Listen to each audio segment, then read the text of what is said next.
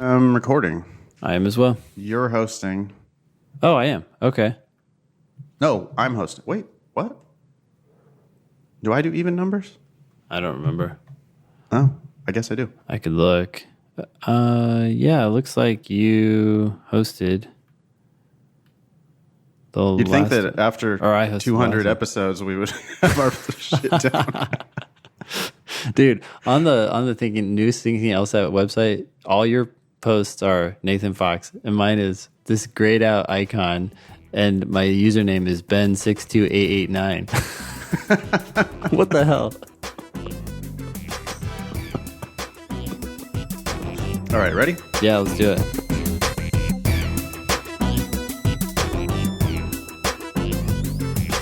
Hello and welcome to episode 200 of the Thinking LSAT podcast. In Los Angeles, I'm Nathan Fox. With me in, you home, Ben? Vienna, Virginia? I am home. Yeah. 4th of July? 4th of Vienna. July. Yeah.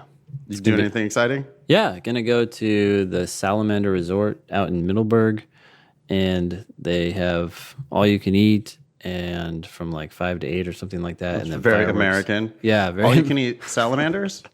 Yeah. No, it's a fancy resort, but it's called Salamander, which to me is not necessarily associated with fanciness. No, surprising. No, but hey, they'll have food and then they'll have fireworks, and it's only like half-hour away or something, half-hour drive. Cool. Yeah.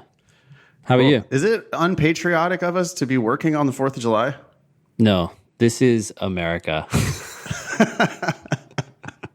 We are I was just, I'm learning a lot about sleep right now.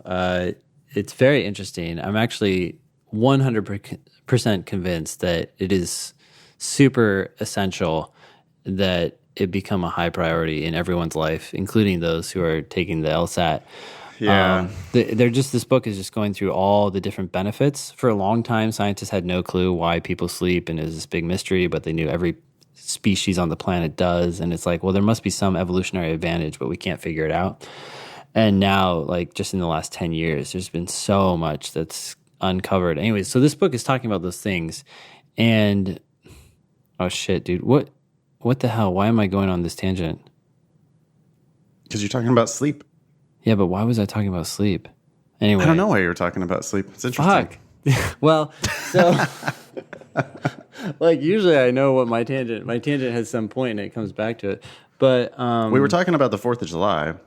oh yeah. Oh, okay. Here we go. Here. So you're wondering, is it unpatriotic for us to be working? It's like, no, this is the essence of America, right? Anyways, this book was talking about how the United States, Britain, pretty much any economic powerhouse is also severely suffering from sleep deprivation, and it's largely a function of our work ethic, which ethic makes it sound good, but it's very likely that we're just all overworking.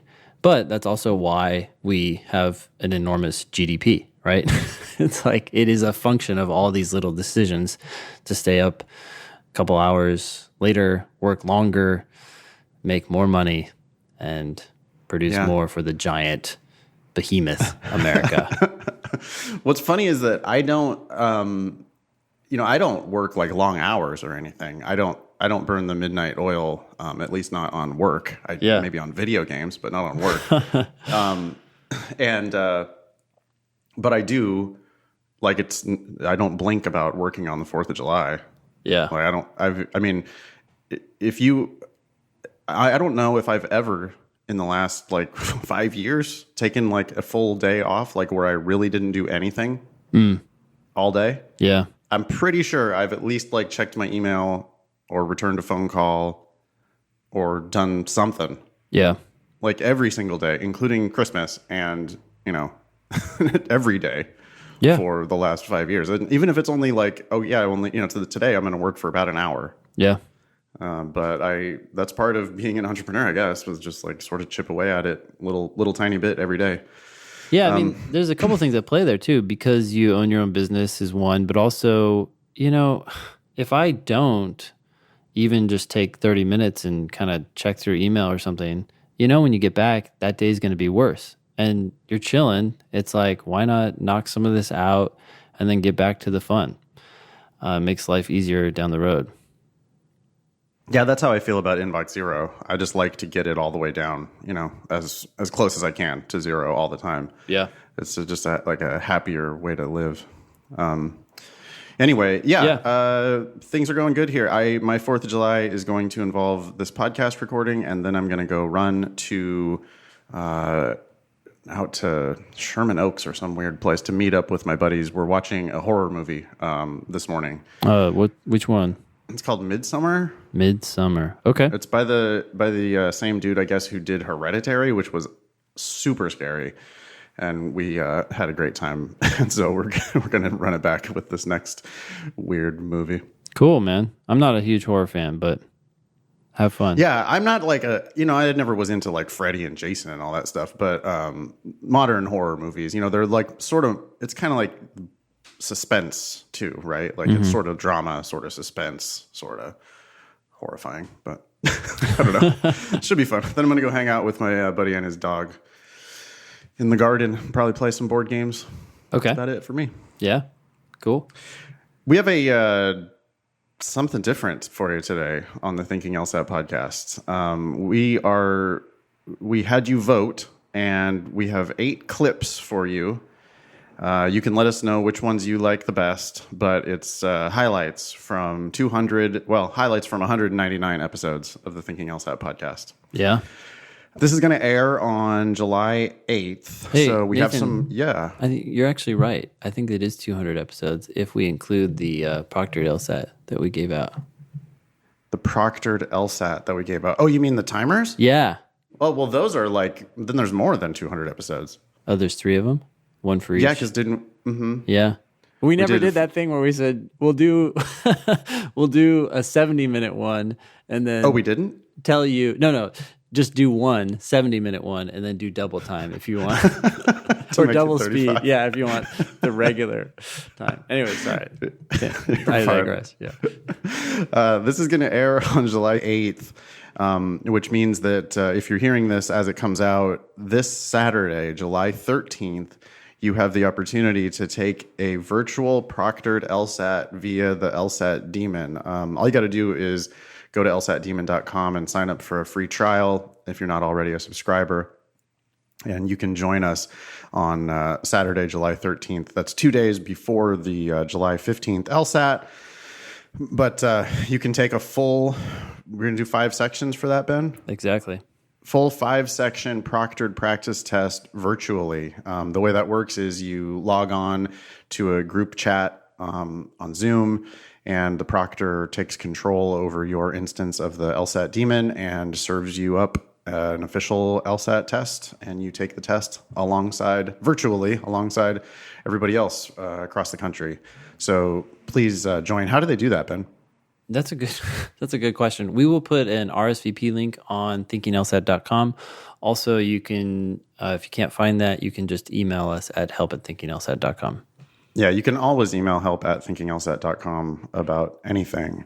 But please do join us for the virtual proctored test on July 13th. Anything else you want to say about that practice test? Really quick, yeah. So we've mentioned this before, but when you join that group online through Zoom, you're watching a proctor who's then going to take control of your LSAT Demon account's timer.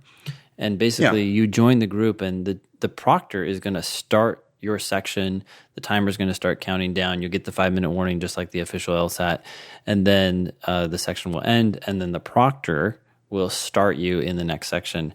And that seems a little strange, but that's what's going to happen to you on the official test day. So we're recreating that environment to every extent that we can, except for the fact that you'll be joining via Zoom as opposed to being in an actual room with other people. But you're essentially in the same room. You're all sitting there talking, and yeah, it was good last time we did this. Thank you everyone for participating. We did have some lag issues.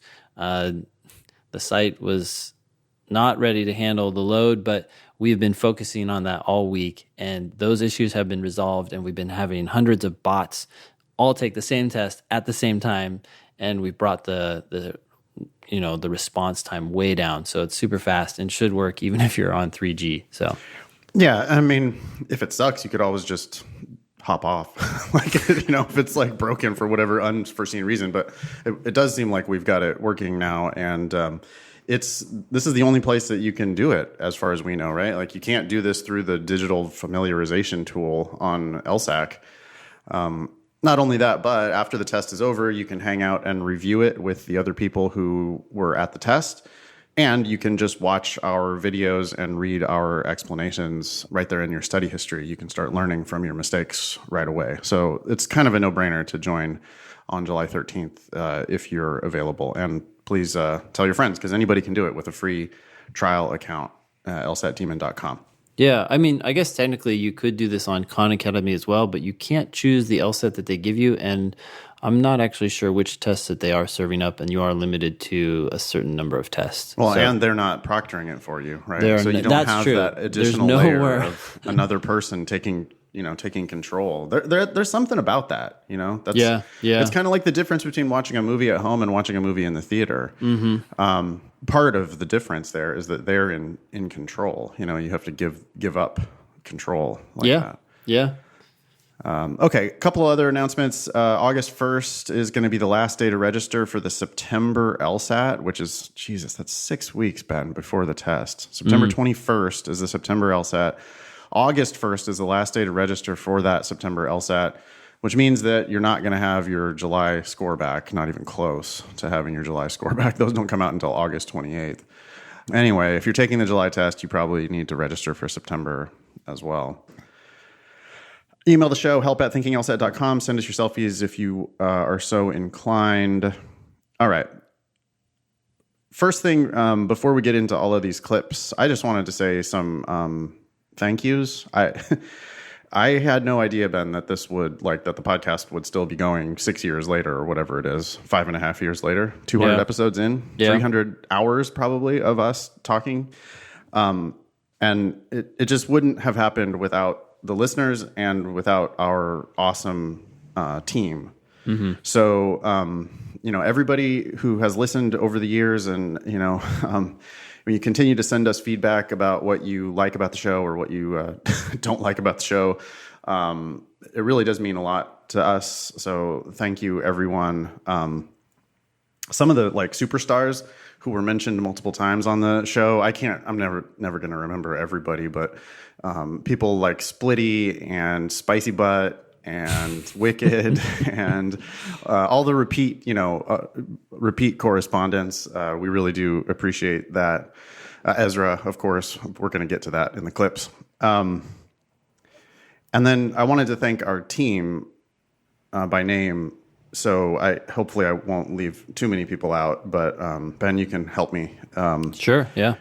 But, Sarah and Annalisa answering those help@thinkinglsat emails and working on our website and working on the Demon. Adam editing the show has done a great job.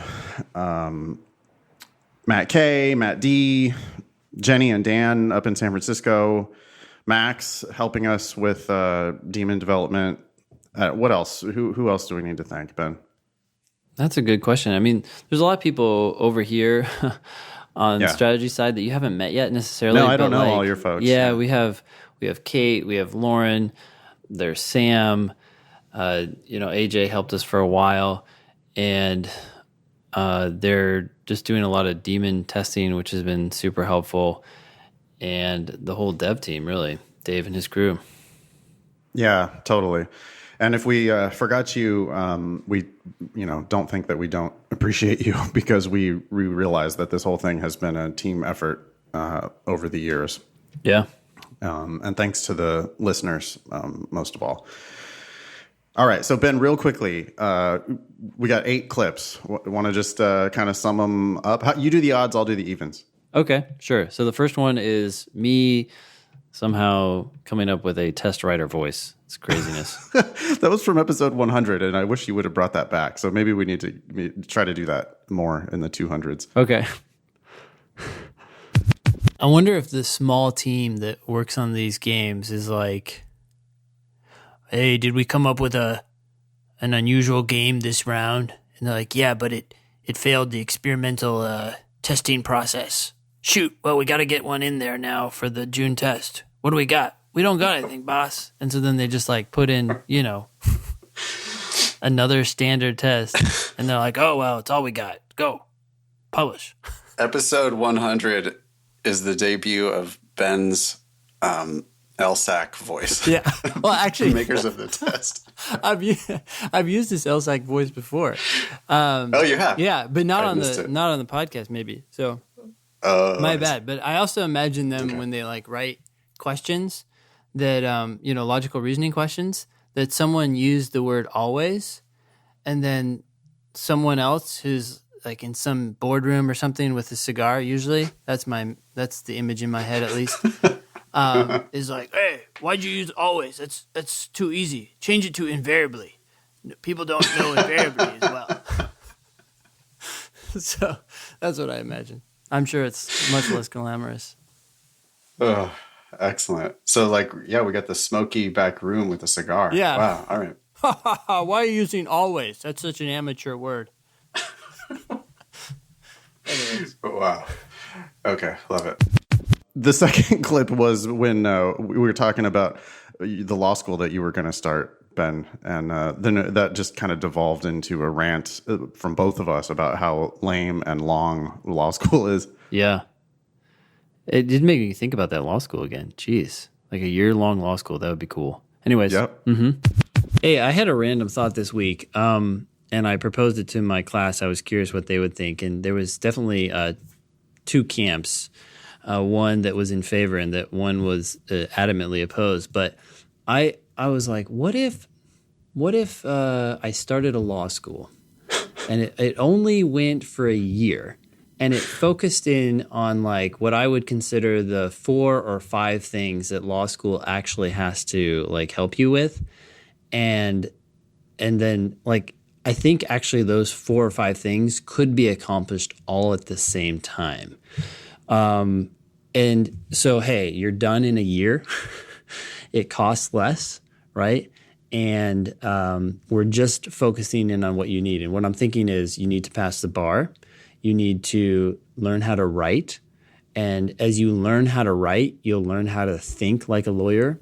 Yeah. And you can write topics that are focused on the core, legal doctrines like property law, Yeah. constitutional law. Sure. And so as you're doing these writing projects, you're basically learning the law that you would be taking a whole semester class on normally. Yes. But I think you're going to learn it so much better when you have to make an argument. And you're like, Yes. wait, I think this. Oh no, let's look up the precedent. It's like the whole just force people in. It's like taking a practice test. Just jump into the freaking fire and then you'll figure it out, as opposed to let's talk about theory for 2 years. This all sounds awesome.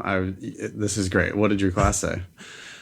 So there was definitely like half I was like, look, the first year it's probably not going to be accredited. I don't know how like that all works, and it needs to be sorted out.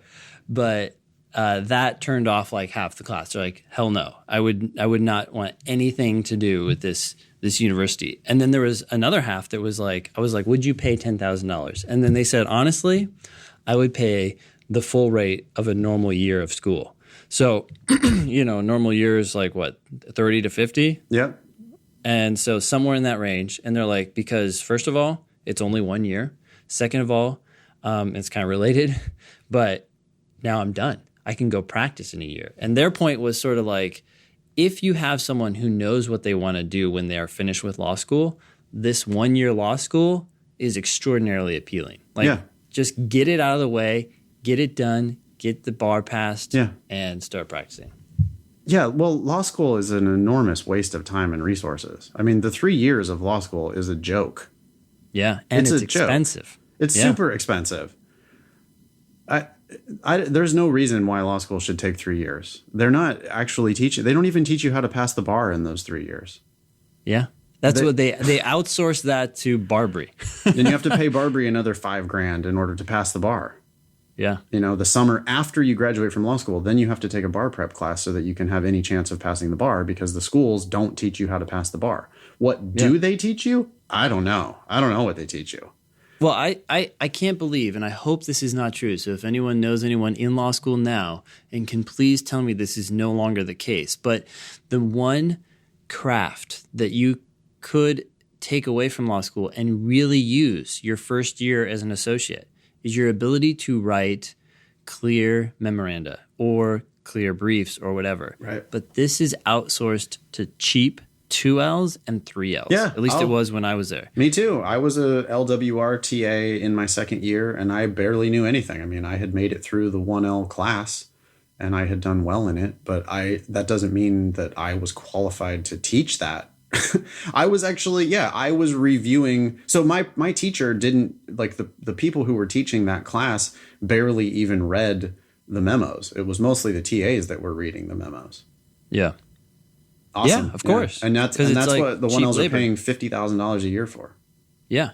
Oh, and the funny thing is, as a 2L and a 3L, you know so much more than a 1L. So naturally, there's this certain like attitude, like, oh, well, that's not how you do it. Like, you didn't follow the IRAC method. So here's your B plus. I'm not speaking from experience. I don't remember what happened in that situation, but I do remember feeling like these kids were like, oh yeah, well, this is how you do it. And let me show you and blah, blah, blah. And I look back at that and I'm like, this is absurd. There are people who have been practicing law for 4, 5, 6 years, and they're still figuring out how to craft briefs in the way that, will work well. And the partners are still like, okay, try again. This is a freaking process that takes time. So you need to like get people who know their stuff and have the people do like moot courts. Moot courts are amazing because you have to make this argument. All of a sudden, you think about everything. You think about the precedent. You think about how you're going to frame your argument. Well, you have to research, you have to write, and you have to argue. So, yeah. Like, I think a law school should just like throw people into that, and they're going to mess up their first time, but then you're like, okay, do it again. Now we're going to do a different area of law. And by the time they walk out of it, they know the different areas of law that they argued in, and they know how to write, and they have some actual skills, Yeah, well, this is a brilliant idea, Ben, and your big problem here is that you're just not going to get accredited. I mean, law school, that's what's going to happen because law school is a scam. The accreditation agencies are basically the law schools. I mean, they have the just very they have their goals are really aligned, Yeah. We've got like the fox watching the hen house here. And so, of course, they're not going to ever accredit a 1-year law school because then how could the 3-year law schools continue ripping people off? Yeah. Yeah. Well, here's my challenge for anyone who's so inclined. If you know anything or can research anything about the accreditation process, which is going to be going through the ABA because that was delegated to the ABA by the Department of Education, maybe there's a way that we can – maybe there's a loophole in the legal code that allows us to get accredited, or, hey, look, we satisfied these requirements. You have to give it to us. Or maybe we can help people pass the bar even if they don't graduate from an accredited school. Because, like, there are ways, right, to get through the bar process without graduating from an accredited school. Well, it's hilarious in California because the bar passage rate for accredited schools is less than 50% in California. So, you got to be kidding me. You're saying that, so if you take the schools in California and you average their bar passage rate, it's lower than 50%? Pretty sure. I think the average bar passage rate's less than 50%. And these are all people that went to accredited schools. So it's, but you can't start your own law school because we need to make sure that these are accredited schools. But then the people that go to the 3-year accredited schools and pay $150,000 still can't pass the bar exam. Yeah. Wow. It's weird. I think this shit has to change. The more I think about it, the more I talk about it, I think things have to change. I can't imagine that this can continue forever. It's just too much of a scam. And if I am, and I counsel young people professionally. My best advice is don't pay for law school. Just don't pay for law school. Just don't do it. You can go for free, and you should just go for free. If you can get into Harvard or Stanford or Yale and you think that's going to write you your ticket for the rest of your life and you want to pay for those schools, that's fine. But if you're paying for lower ranked school, like at all, I'm not saying don't go. I'm just saying don't pay. Yeah. Or pay less for a 1-year school. You pay for Crazy Ben's law school. 1 year of law school. They're like, what's the name going to be? And I'm like, I don't know, but the first word has to start with an F and the last word has to be university. Yeah. So. Be a nice little acronym there. Okay, so anyways, if anyone's so inclined to tell me the rules and help me figure out a way to actually get this thing off the ground, email me. So then we got this email from Dion, right, who was scoring in really the low 130s or something like that, and wanted to go to Berry Law, and we just dove into the whole like challenge with going to law school with low scores, even though he had aspirations to do better. That was I felt very informative. It was funny, but also like kind of true, and people need to listen as to I that. was listening to it, man, I was hearing myself. Like I could tell that I was like not just worked up, like angry and agitated, but I was like sad. I was like, oh man, please don't do this, Dion. Please, don't go get ripped off. Yeah. This next thing I bumped to the top of our agenda. It was a comment that came in on our website. Did you happen to read this yet? I think I did. Okay. Yeah. It's very nice, but it's also disconcerting. Yeah. So here it is. This is a comment from our website. It's very kind, and it says, "You two are beast, bruh. I got a 129 on my first cold practice test diagnostic, and after listening to this podcast and doing 2.5 untimed prep tests, I've been able to get my score up to a solid 135. Law school, here I come. Can't nothing stop me now. Diddy shake. My goal is Berry Law, and I have a 2.6 GPA, so I need a 146 to hit the 25 percentile mark and make scholarships possible. Ooh. Anyways, I've seriously learned a lot. Like, for instance, the difference between how an argument needs something required to assume it, parentheses, negate, and you got yourself the right answer, ! And filling holes with the SA types, sufficient assumption types. I'm not that good at logic games, but I'm saving some money for the Fox Logic Games Bible. No, it's not a Bible. It's an encyclopedia. Sorry, it's not even that. It's a playbook. You don't know. Anyway, the logical reasoning book's encyclopedia. The games one's is not a Bible. Jesus. It's a playbook. And finding flaws in paragraphs with big words still give me some troubles. But I think this podcast will push me past the threshold. Like you guys, I never thought of worlds, but I feel like this advice is critical for these games. I'll remember both y'all, Ben and Nate, on my way to the top. Dion. P.S. Sorry, can't donate now, but soon. What do you want to say to that, Ben, other than thank you? Well, for starters, let's say that Dion ends up getting a 146. I hope that happens, but I'm not sure what the solid 135 is referring to, whether it's timed or untimed. But assuming it's timed and Dion pulls up to a 146 to hit the 25th percentile mark at Berry Law, Dion is not going to make scholarships. Scholarships are for people who are much higher than that. So I'm worried, one, about even going to Berry Law. If their 25th percentile is 146, I'm really concerned about what their bar passage rates are, what people do who graduate from Berry Law end up doing. And I don't think scholarships are even possible at this score range. So I don't know. It just doesn't sound like a Viable plan. Yeah. I really appreciate the email and I appreciate the enthusiasm. But with a 2.6 undergraduate GPA, it is going to be really hard to get scholarships anywhere. Yeah. Where is Berry Law? Do we know anything about Berry Law? I do not know anything about Berry Law.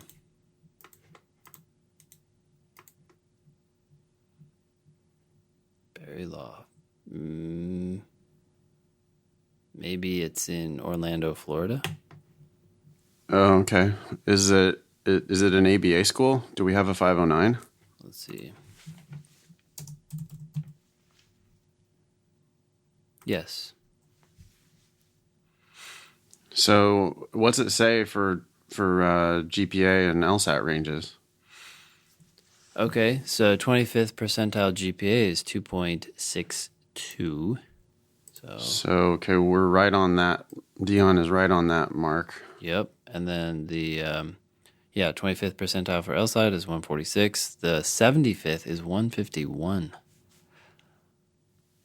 Yeah, so Dion, you need a 152. Yeah. In order to start thinking about scholarships. What does it say, Ben? How many full rides are they giving, and how many 50% or more are they giving?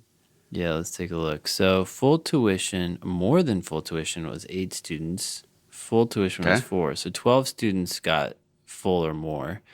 Half to full was 149. So 150 about, or 160-ish or so, of the 750 or so students got half or more. Okay. So it's a little over, it's about 20%.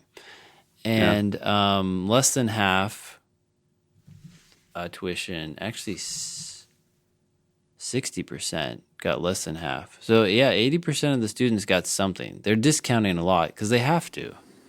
No one's going to pay full freight for this. What's the tuition? The tuition is $35,000. Okay, and does it have I guess it's got Florida bar passage rates on there somewhere?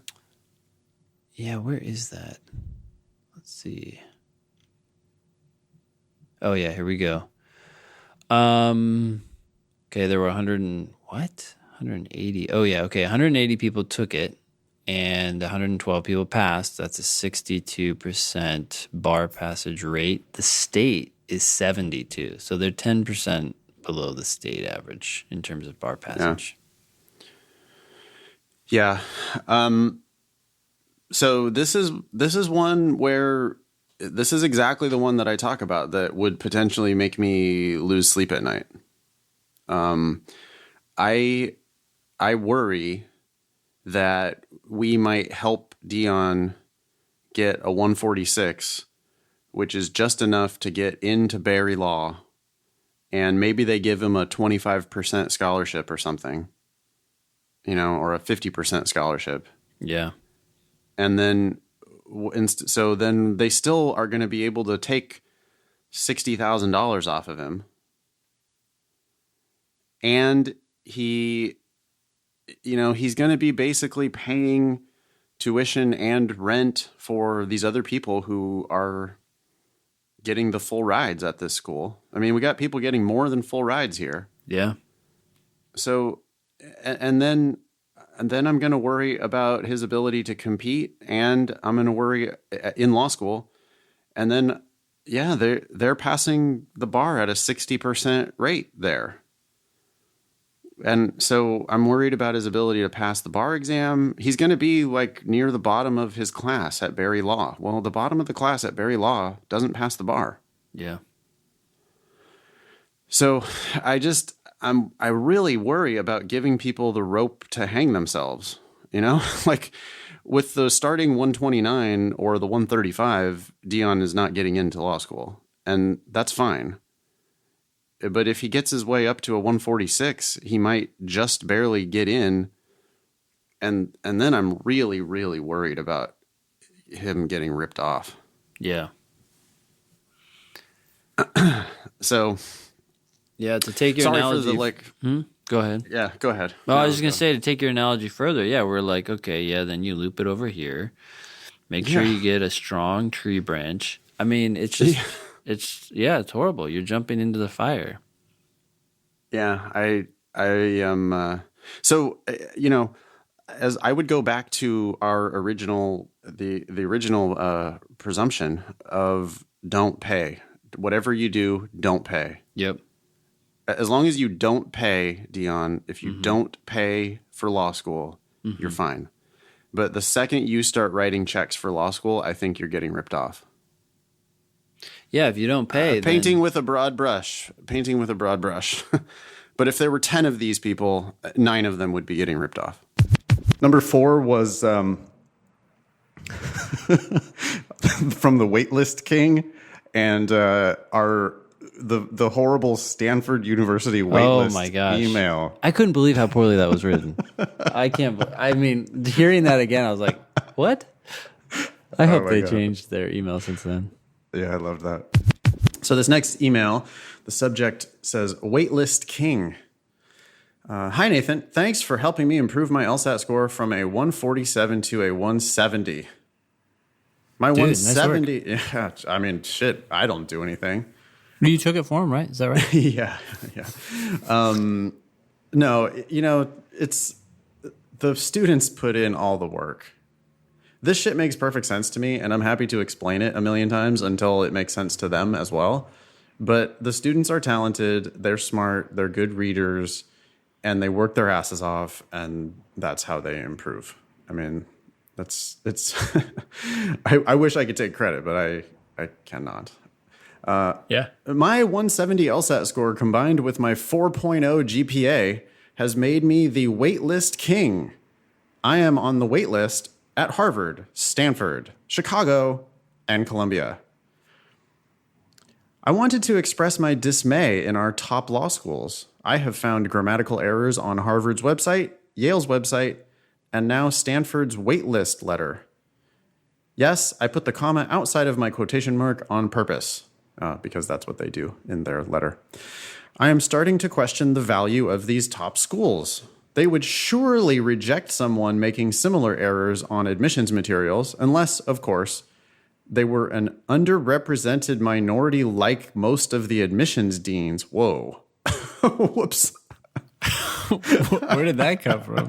I don't know, but that you got to chill out there, dude. I forget what the name of this student is, but now I'm glad I don't know because easy with the racist bombs there. That's unnecessary anger. Yeah. You just scored a 170 on the LSAT, and now you feel like discriminated against. No, relax. It's all going to work out fine for you. You're going to get into one or more of Harvard, Stanford, Chicago, all those schools, and you're just fine. Anyway, there is a photograph attached here of the letter from Stanford Law School, the letter of admissions, and it has a comma outside of quotation marks, which is clearly a mistake. As mistakes go, that's not the worst mistake in the world. No. And the rest of this email, it's using some language that I wouldn't really use, but Pretty long sentences, too. and big words too. This disposition obviously. I just read this. Okay, hold on. Maybe now we have to read this. So here's what it sounds like when Stanford puts you on their wait list. Ready? As you know, Stanford Law School's enrollment is limited to approximately 180 students per class, and each year we receive applications from a far greater number of well-qualified applicants. Because of our commitment to the instructional importance of maintaining small classes. Wait, what? They're committed to the importance? That's not right. We could edit that. They're committed because of the importance. Yeah, they're not. You're not committed to the instructional importance. Jesus Christ! To the importance of that. What the fuck? What is going on? What is happening, Ben? I don't know. Please don't become like these people. Send us Please. your personal statement. Yeah. This is horrible. Well, these are people working in the admissions office. You know, they're salespeople working in the admissions office. They're not like brilliant lawyers. But they almost all have JDs. They no? do probably have JDs, but I mean, that shows you the value of a JD these days. I mean, okay, anyway, because of our commitment to the instructional importance of maintaining small classes, we are extremely conservative in the number of those we admit. Although we are not able to accept you at the present time, the committee regards your qualifications as especially high. Oh my, stop. As a result, it has placed your name on a wait list, in quotation marks, wait list, which I don't know why that even needs quotation marks to begin with. It's a fucking wait kind list. of like a wait list, but not really a wait list. We have a special name for it. We call it a wait list. Okay, and then there's where the comma is outside of those quotation marks. It's almost like the quotation marks were added afterward or something. I don't know. Okay. Yeah. It has placed, the committee, as a result, the committee, has placed your name on a, quote, wait list from which additional admissions may be made as we make our way through the admissions season. Oh my God. Okay, now check this out. This disposition obviously confronts you with uncertainty, a result we regret. They're talking like Yoda now. Couldn't the subject of that sentence be we? Yeah. It could be we regret to place you in this position of uncertainty. We regret the uncertainty this brings you. Any other thing than this disposition obviously confronts you with uncertainty? How about just dropping it? Just cut the whole sentence. Like, who cares about any of this? Yeah, well, they're trying dear to student, apologize. we're impressed by you, and we put you on our wait list. If you want to get off of it, contact us and let us know why we should. It should just Goodbye. say the whole letter. You should open it up, and it should just say "wait list." That's it. Just In quotes. yeah, in quotation marks. Wait list.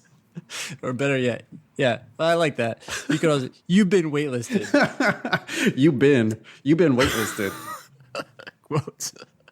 You've been waitlisted, fool. Okay, anyway. This disposition, that's the subject of that sentence. No. Jesus, okay.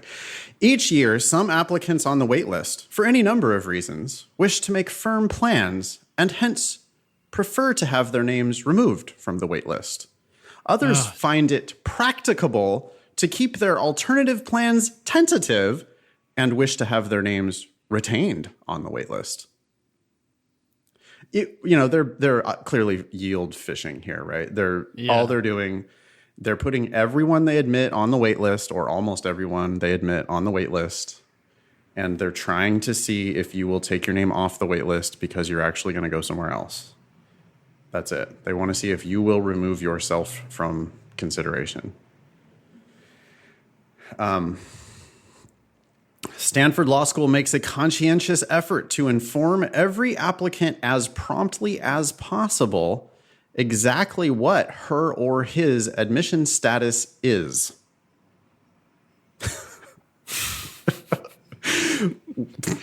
The whole letter is shit, but we got the her and his thing down. So. That is hanging at the end of that sentence.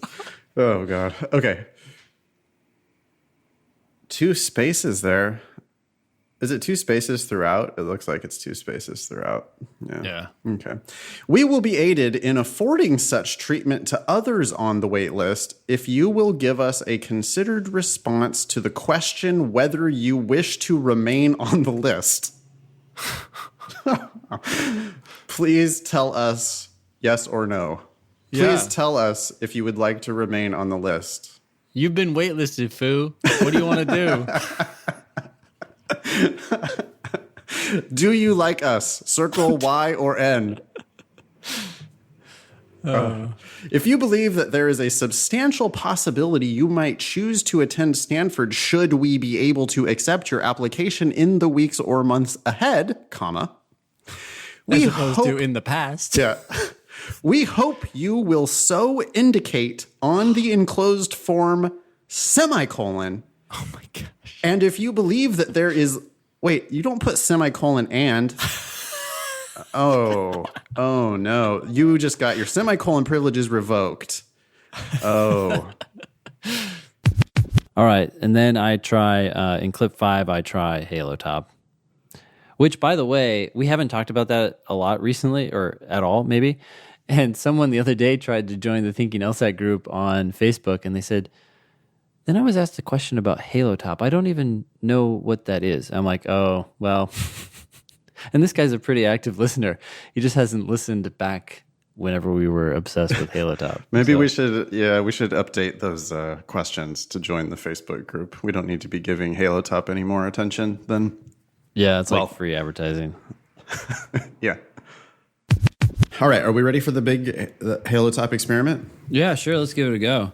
Okay, you have black cherry Halo Top. I want to hear this. Let's hear it. Yeah, so when I was in the store, I saw Halo Top, and I was like, oh yeah, I should buy some so I can try it out since Nathan hates it more than, Lucifer himself. So I chose black cherry because I'm one of those people who likes, I guess, fruit-flavored ice cream, particularly raspberry or whatever.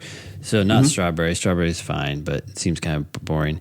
I even have some black raspberry ice cream here that's actual ice cream, so we can do a little comparison. But anyways, I'll start with this Halo Top. It's never been opened. Oh, okay. I see here.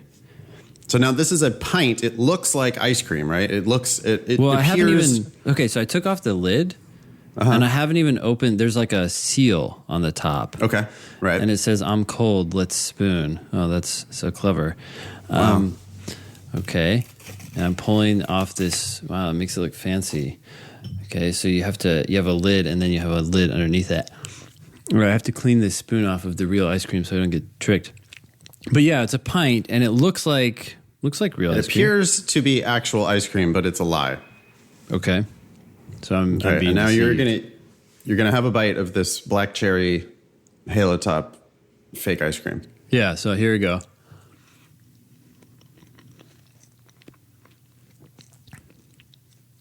Well, yeah, that's strange. I was gonna. I'm not just saying that because like you want me to shit on this. I was like, okay, I actually expected it to be more real than this, and I figured I was gonna push back on you and just say, well, you're just complaining. That is bizarre. It's garbage. It's not fit for human consumption. I don't know what it is. It's just one. I want to make sure. It's not ice cream. It's just it's just not ice cream. Okay, so here's the thing. I didn't tell you I was going to do this, but I went and I bought a delightful, those tiny mini Ben & Jerry's pints? It's not a pint. It's like the same form factor of the pint, but it's just a miniaturized one. Yeah. So I'm holding in my hand a tiny little pint of Ben & Jerry's Cherry Garcia ice cream. Oh, Cherry Garcia. That's one of my favorites. Yeah, okay. I know. That's why I got it. We need to change places right now. And now I'm enjoying a delightful bite of actual real ice cream. This is Ben & Jerry's Vermont's finest Cherry Garcia ice cream, and I'm here to tell you that it is fucking delicious, Ben. Well, I know and that. You are eating pure sadness, and I'm eating pure joy. Hold on. I got to take one more bite of this because I want to see if it's really as bad as I initially thought. Can we read? I want to read the nutrition facts on the side of your fake pint of ice cream. Because so bad. I don't know how to describe it. It's like a fake sweet.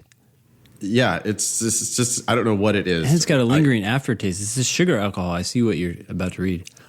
Well, what I really am interested in, because I have what is this? This is 4 ounces of ice cream. Yeah. It's just a tiny little cup. Okay. It's just a beautiful little, like one tiny scoop of ice cream, right? 4 ounces of ice cream. Yeah. And it has 260 calories. How much? You've got a whole pint. Yeah.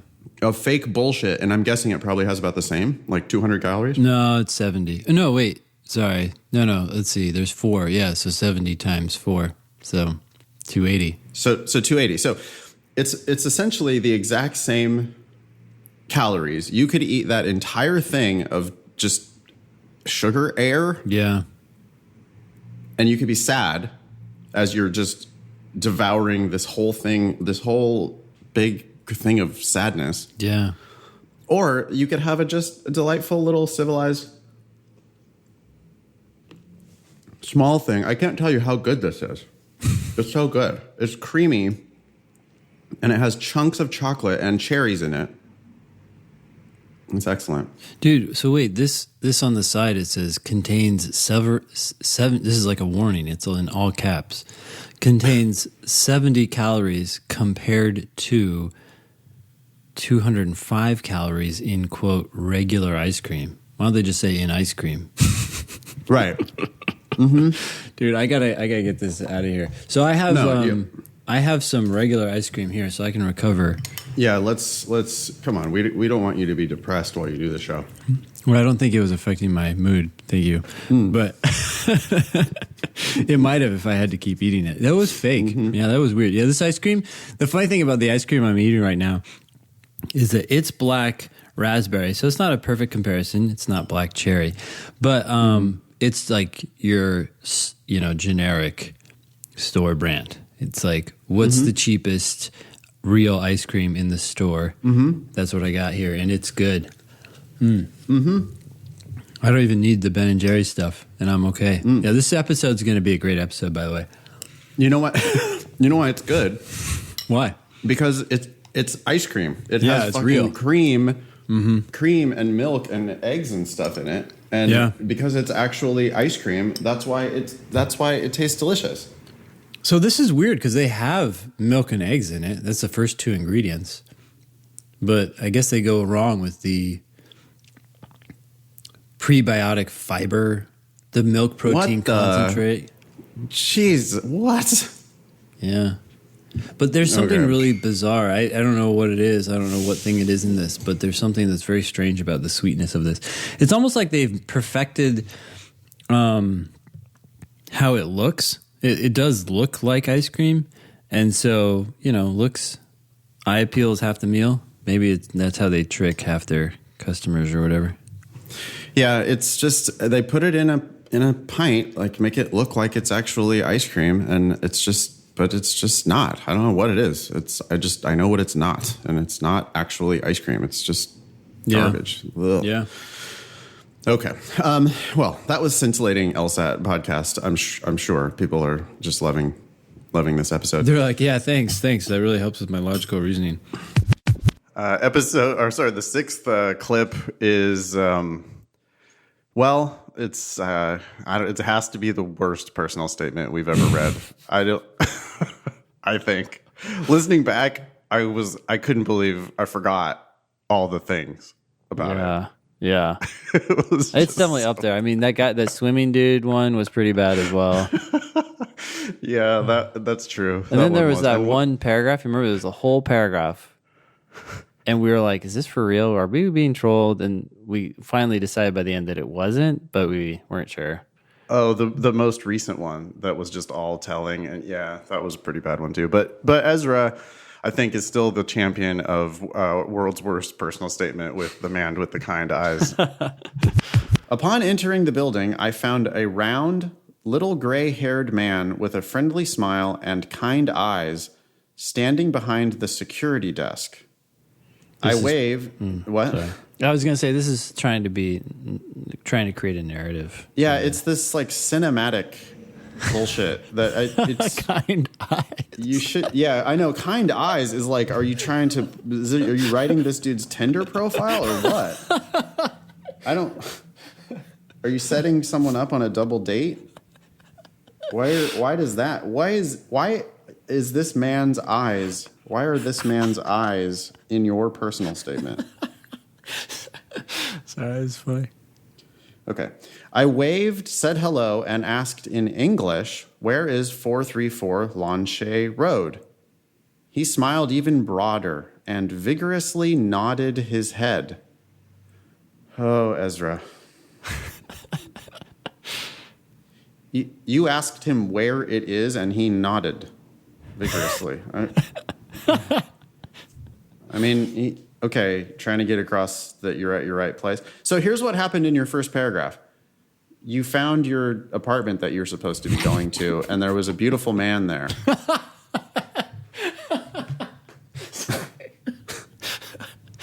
This is your personal statement for law school.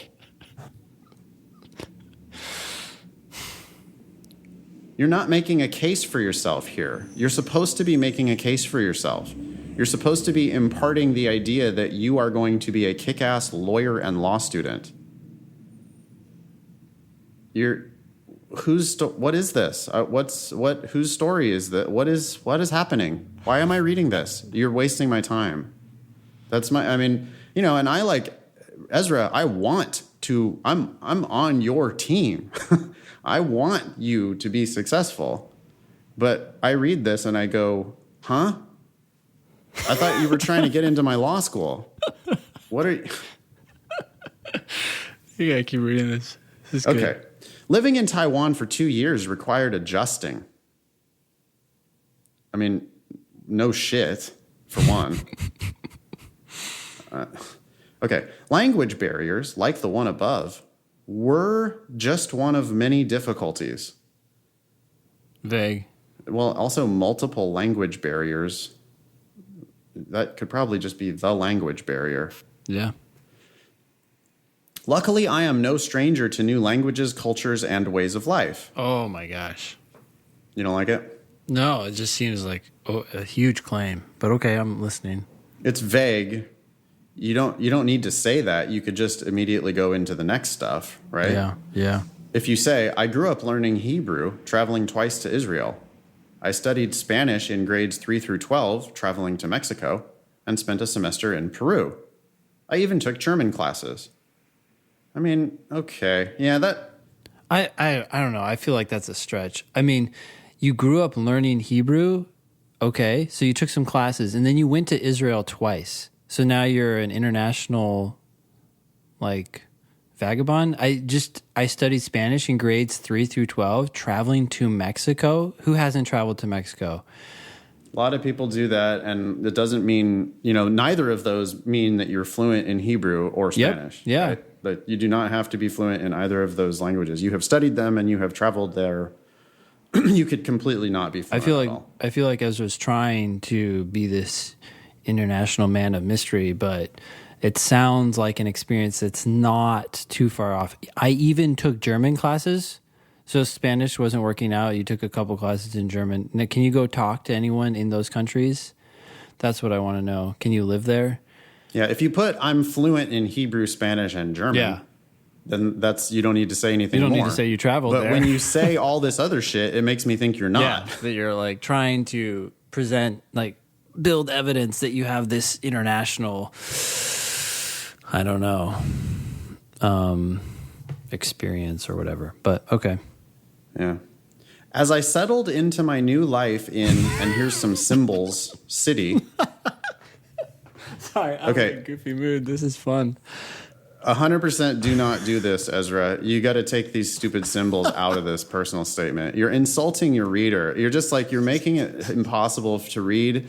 What are you doing? It has an English name. This personal statement needs to be written in English. And now you're putting these symbols in your what? Okay. As I settled into my new life in hieroglyphic city, I would come home after each full day of MBA classes and teaching English, grateful for the unfailing smile from that same security guard. Oh, he's coming back. Okay. I stopped by his desk every night to chat. We began with gestures, pictures, and broken language. Eventually, and inevitably, our conversations evolved. Ooh, it was destiny. It's meant to be, Ben. I gotta put myself together here. Ben, sometimes you just see it in their eyes. You can just tell right away. Sometimes you just know. Those kind eyes, it's inevitable. Man, I might not have to work out today. My abs are already getting a workout here. Okay. I showed him translation apps, and we began to teach each other new words. him speaking English and me Mandarin. Over time, we broadened our nightly conversations from greetings to the weather to hobbies, career questions, and family matters. Then there's quotation marks and a whole bunch of symbols inside the quotation marks. This is the sentence. It's a whole bunch of hieroglyphics, I would say. Not me, he would reply politely. You are my teacher, even though he truly was my... And then there's more hieroglyphics. I'm guessing that's teacher for, Chinese. I could read if it said sensei. Anyways.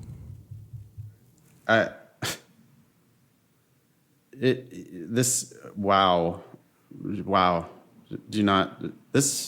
It's not that often that a personal statement needs to be blown up and completely start from scratch. But this is, I'm not seeing anything salvageable so far. Okay, there are many interpretations of learning that incorrectly emphasize hard work as the central or even sole factor in determining success. Whoa. We're shifting gears now into a strong statement about philosophy of education. Yeah. Saying it's wrong to emphasize hard work. Whoa. Have you read the book Grit by Angela Duckworth? She is a PhD scholar on the subject of education, success, and hard work. It'd be interesting to see what she has to say about this sentence. Have you ever met a lawyer? Have you seen the movie RBG? While working hard toward a goal is often a component of many great achievements, there is another aspect to learning and developing, exemplified by those nightly conversations and then there's more of these obnoxious symbols. No idea can develop without communication, collaboration, and using the greatest resource we have at our disposal, one another. Oh my God. Philosophy, man. Yeah, this is now just trite. Okay? This is now just you rhapsodizing about the philosophical bullshit about humanity, and it's all about each other, man. Like, what? I'm supposed to be learning something about you as a lawyer and law student. Was this Stone? Stone wrote us back with his actual name? Stone could be double trolling us with the... Yeah. Okay. Unfortunately, past traditions based on fear and bigotry urge us to close borders, distrust foreigners, and hold our own country above the rest. Oh. With globalization in full swing, if humanity is to succeed, we need to work together. This can only be done if we learn how to communicate with one another across cultural, political boundaries, and unite globally. Okay, all of that is bullshit. Get all of that out of your personal statement. So vague and vacuous, and just you sound like a politician.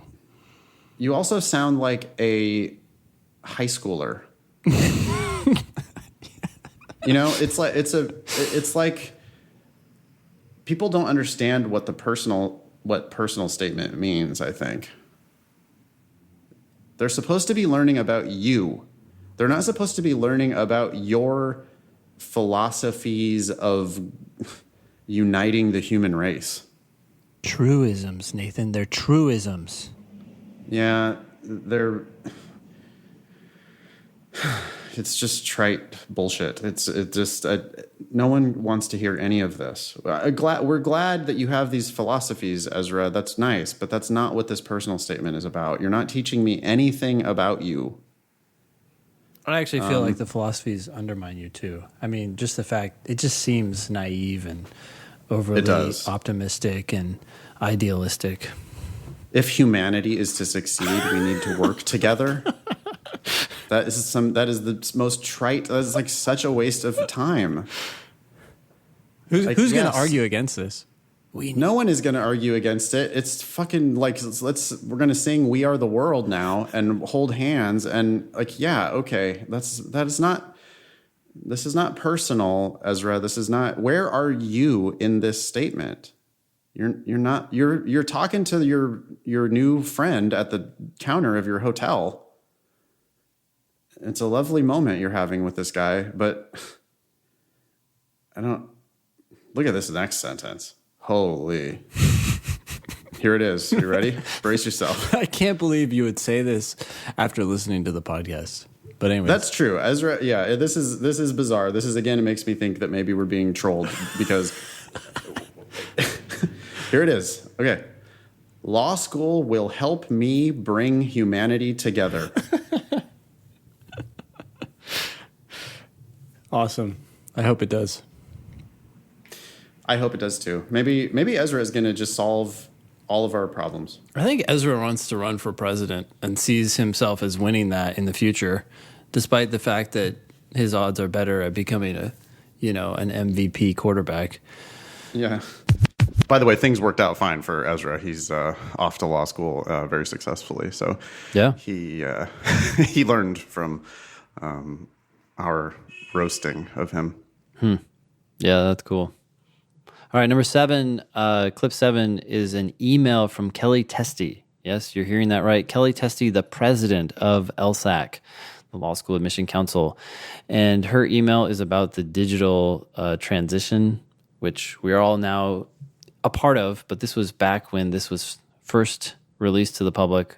Interesting stuff, yeah. And we do our typical roasting of the LSAC writing. Yeah, the general theme is everybody writes too much and too pompously. Like, why can't everybody just chill out and keep this to like 1 or 2 sentences? That's all it ever has to be. So here's the actual announcement itself. Headline, LSAC announces digital LSAT launch schedule. And then it says all this same shit again. Is there anything in here that we really need to talk about? I don't know, but I can see that it's quoting Kelly Testy, our favorite Kelly Testy. quotable executive in America today. Yeah, I mean they are doing there are a couple funny things with the transition, right? Maybe we should just read through this. Yeah. All right. Yeah. I'm going. I'm on a roll. Why not? Yeah. Okay. Newtown, Pennsylvania, October 3, 2018. I like the date line that they put in. This isn't. It's because it's a press release. That's why. Yeah. Okay. The Law School Admission Council, LSAC, today announced the schedule for transitioning the LSAT, the assessment tool used by over 99% of all law school applicants, to a digital format, beginning with the July 2019 LSAT test. Wait, LSAT test? Oh my goodness, they failed their own acronym. Wow. Law School Admission Test. Okay. Wait, hold up though. The yes. fact that they said that the assessment tool used by over 99% of all law school applicants, they did not need to say that. They said that because they're feeling threatened by the GRE and they wanted to show their dominance. 100%. That's hilarious. I mean, whatever. It's PR, So Yeah. This is like a press release, and they're just hoping. They're hoping that some reporter just puts that right into their story. Yeah. Right? They just want. I mean, the idea is they want a newswire to just pick up and run exactly this. So it's telling because it's like this is what they would want to just be in the newspaper. If they could, this would be in the newspaper. Yeah. That's their idea. They want a really lazy reporter to just put exactly this, including the assessment tool used by over 99% of all law school applicants. Yeah, it's very funny because I feel like it almost reminded me of how not everyone uses the LSAT. Right? Yeah, exactly. Yeah, some people don't. And who are those people and why don't they use it? Yeah. It's funny how times have changed, right? Like 10 years ago when we were baby LSAT teachers, we would never, they wouldn't have ever said that. Nope. They would have been like, of course it says it right in the name. We're the law school admission test. Like, we don't need to say that 99, because it was 100% back then. Yeah. No, it's not. Okay. Anyway, the quote. Here comes the quote. See, second paragraph. It's good news writing. You got the lead paragraph, then you got the second paragraph with a quote. Okay. Quote, the LSAT will be fully digital in North America starting in September 2019. We've planned this transition carefully to ensure candidates have all the information they need to decide their preferred testing schedule, said Kelly Testy, president and CEO of LSAC. Okay. Because law school candidates sure, they did actually, right? I mean, of course they thought it through. They're a bunch of lawyers, so they think everything through a lot. It's funny that they think that this needs to be the lead quote. That is a very boring quote. Yeah. I guess they want it to be boring. They want the transition to be boring, right? They want it to be like, no big deal. Yeah. They're scared, obviously. That's why they put a very boring, like, everything's fine quote. It's almost, it says the exact opposite again, right? Like, when they say 99% of all applicants, what they mean is we're scared of the GRE. When they say we've planned the transition carefully, what they mean is, oh boy, like, well, there are probably going to be some kinks to iron out in this whole process. And by the way, when we get later into this press release, it becomes obvious that they know that there are going to be some issues. Yeah. Because otherwise they wouldn't do specifically one of the things that they say they're going to do. This is kind of crazy when it gets down here. Okay, because law school candidates in the current testing year will have anticipated the current paper and pencil test format, LSAC has scheduled the transition to begin with the July 15, 2019 test. And after this year's law school admission cycle is largely completed. Oh, they're so lawyerly. I know. They can't admit that it's completed at that point. They're like, well, it's largely completed because some idiots are still applying to law school at that point and going to schools they shouldn't be going to. But anyway. Yeah. At the July 2019 test, some test takers will be assigned pencil and paper tests, and some will be assigned digital tests, which is a best practice under educational testing standards for moving to a new testing method. According to them. They don't cite a reference for that at all. They just I'm sure they've done some study. I mean, it kind of makes sense. They're randomly assigning people one test or the other so they can have a random sampling and see which ones, I guess, which test, see if people perform better on one test over the other or based on the format. Yeah, or if there were more issues at one over the other. Mm-hmm. Sure. Yeah. It's interesting, though. People are going to be pissed, right? Someone's going to be assigned the digital and they want the paper, and some people are going to be assigned the paper and want the digital. But hey, you can't have self-selecting groups. Next paragraph. Yeah. Oh, by the way, they're not going to be randomly assigned. Wait, doesn't it say some test takers will be assigned paper and pencil? Yeah, it doesn't say randomly. Okay, I'd assume they would do it randomly, but let's hear what they have to say. This is a good LSAT lesson, isn't it, Ben? Yeah. I mean, my guess is some of the tests... You know it won't be random? No, I do not know it won't be random, but I mean, my intuition tells me that they probably are just going to roll it out at some test centers. Okay. Because otherwise they're going to do digital and pencil and paper at every test center? There's no way they're doing that. Well, I agree that's challenging. I'm just looking at this sentence. It says, which is a best practice under educational testing standards. If you're going to implement a best practice, then you necessarily have to assume that they're randomly assigning these people. But, you know. I don't give them credit for best practice until they show me their show me your evidence. But anyway, yeah. To ease the transition, LSAC is also offering July test takers a special option. Regardless of format, July test takers will have the opportunity to see their score before they decide whether they wish to cancel it. Oh my gosh. Those who decide to cancel can choose to retake the test again. Wait, retake the test again? So you're going to take it 2 more times? A little edit would have been helpful there. Retake the test through April 2020, free of charge. Oh my goodness. They are really, there's nothing you can complain about. You know what? The LSAC should start listening to the show so that they could get editing advice. They could learn a lot, I think, from our editing advice. That one right there is I don't know how that made it out the door. I would also just give them the general tip to take the number of paragraphs that they write and divide it by 4 and stick with that many paragraphs. I mean, Yeah, absolutely. Yeah, I mean, or just the number of words, right? Yeah. I actually Yeah. like that they have it divided up into tons of short paragraphs, that newspaper-looking style. I do, I too. love short paragraphs like I that. like That's- one sentence paragraphs. Yeah, in news, for sure. Yeah. I wonder if people, I guess people could do that in their personal statement. I think, yeah, if it's a really powerful sentence and you want to emphasize it, bam. Yeah. That is freaking Boom. awesome. Yeah, absolutely. But you know what's going to happen? We started talking about semicolons, and then everybody wrote in sentences with semicolons, and we had to revoke their privileges from everyone. And so now we're going to get all these like one sentence paragraphs, one after another, and you're like, you're yelling at me. Stop yelling. Yeah, you know, it's a way totally. to emphasize something without using all caps. Totally. But anyways. This is crazy that you're going to be able to look at your score before you cancel. Yep. And if you cancel, you get to take it again. Wait a second. Boy. You know, everybody should take it in July. There's no reason not to. And then the last one is, it's just our best advice about reading comprehension, I guess. Yeah, it was pretty good. I think this one was included just because it was like a pretty succinct, helpful discussion of reading comprehension. So here's what I'm thinking about this reading comp question.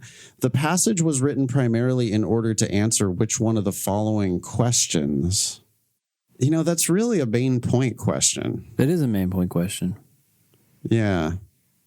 So what I'm thinking on a main point question is, you got to predict the answer. Mm-hmm. You cannot be looking at the answer choices hoping that one or more, that's the problem, is that one or more of the answer choices are going to seem good.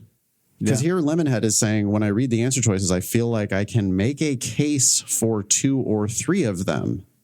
But that's not your job. You're not supposed to be arguing for answer choices. You're not supposed to be helping answer choices. You're supposed to be looking for reasons why answer choices are wrong. Yeah. Because 4 out of 5 answer choices are wrong. When you read A, there's an 80% chance that A is wrong. And so you should be looking for why is A wrong. And if you can't disprove A, then A might be the answer. The best way to do that is to know what you're looking for before you go into the answer choices. I mean, why was this passage written? That's essentially what the question's asking. Why was this passage written? Yeah.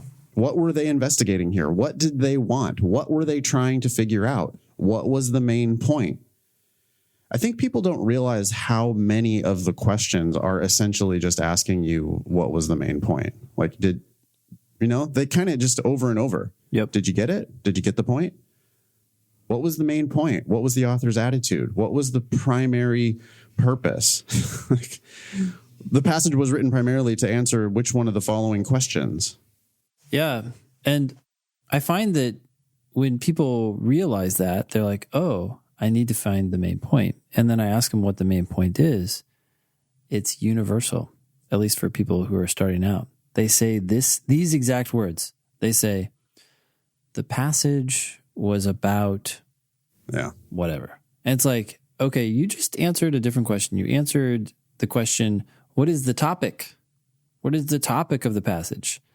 The topic could be tigers, but I need to know what the main point is. In other words, if you sat down across from the author of this passage and you said, look, I'm sorry, I don't have time to read this. Will you tell me the bottom line? They're not going to say, well, it was about spiders in Africa. That's not the bottom line. It's useless. You're like, okay, what do I need to know about spiders in Africa? Well, what I was trying to tell you is that they fight for their territory or something like that, right? And they do it in these 3 ways. Okay, now I understand what you were trying to tell me in these 4 paragraphs. So you need clear, short sentences, maybe 1, maybe 2, maybe 3 short sentences that convey ideas, complete sentences that say, this is what the author wants you to know or believe. Yeah, I say, I don't ask the students what was the passage about, because then they'll always say the topic. Yeah. right? Instead, I say, what did they want?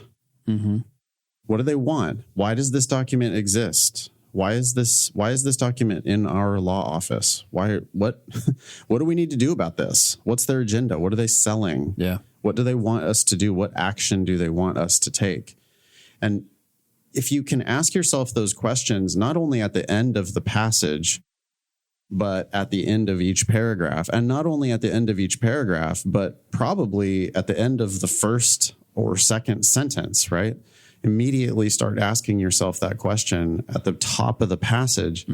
You'll find that you're comprehending the passage a lot better as you're reading it. And when you get done with the passage, you should feel pretty confident that you can answer to my satisfaction. And I have pretty high standards for this, but you should be able to say, oh yeah, they basically wanted X. Yeah. If you can't do that, then, what are you doing? Are you really even reading the passage? I don't know. Like you have to take it seriously enough that you can do that. I think students, because they race the clock, they just don't, it's just, they read it, but they don't comprehend it. And it's called reading comprehension. That is true. So Lemonhead is being too passive here by getting into the answer choices too quickly and making a case for 2 or 3 of the answer choices. I mean, on a main point question, if you ever think there are 3 good answers, then you're clearly doing it wrong, right? You're doing it backward there. Yeah. You should predict, well, it basically has to have this central issue. They basically wanted this. And then if you know that going into the answer choices, there's really only going to be one that has it. Or if there's 2 that have that central concept, one of them is also going to misstate the passage somehow, right? Be something like different from or extra. Yeah. And not correctly describing what the passage said. And so then that's out too, because these questions are a whole bunch of must be true questions as well. Yeah. Inaccuracy is the greatest sin on this test. So, and that's why we always say one word can make an answer choice wrong, but one word can't make it right. Right? How many people love 5 of the 6 words and they're like, I've just like this, so this is correct. Well, yeah, but the 6th word has to be good too. And if it's bad, then the whole thing is bad. I like that. Inaccuracy is the greatest sin. Yeah. That's an LSAT tattoo. That is an LSAT tattoo. Because it also comes down, I think, more frequently in reading comp and even in these main point questions, when people are debating 2 answer choices and they like one because it seems to be more complete. And it's like, yeah, you're right. D is less complete of an answer. It doesn't talk about some things that were mentioned at the beginning of the passage in a way that answer choice A does. But A is inaccurate. So that's just not going to fly, even though this other answer choice is incomplete. Incompleteness is much more forgivable than the cardinal sin of inaccuracy. Yeah, great. I think we did a pretty good job of that one. Want to move on? Yeah. You know what? Maybe we should have is a vote on the top pieces of advice. Which ones really hit you? Maybe we can kind of glean the best audio clips for Pearls. the LSAT. Yeah. Anyway, just a thought. Cool. All right. Well, I don't know. What do you think, Ben? We should maybe just wrap it up there. Yeah. Hope you all enjoyed the clips. Remember, you can email the show, help@thinkinglsat.com. Thanks again, everybody, for listening. Thanks to all of our team for helping us put this together every week. How long do you think we're going to be able to keep this going, Ben? Oh, I don't know. It's a good question. As long as people keep listening. Yeah, That's as how long long as I people hope I keep can listening doing it. and they like what we have to say. Yeah, cool. You can join our Thinking LSAT podcast group on Facebook. You can give the Thinking LSAT Facebook page a like. Search at Thinking LSAT on Facebook. That's also at Thinking LSAT on Instagram, at Thinking LSAT on Twitter. I'm at InFox on Twitter. Ben is at Olson Benjamin on Twitter. By the way, Ben, this morning on Twitter, I saw Ellie Mistal, the Above the Law guy. Yeah. I saw him bitching about Gladwell's LSAT podcast Oh, yeah. Unfortunately, Ellie hadn't actually listened to the episodes, and he was still like publicly roasting Gladwell for talking about the LSAT.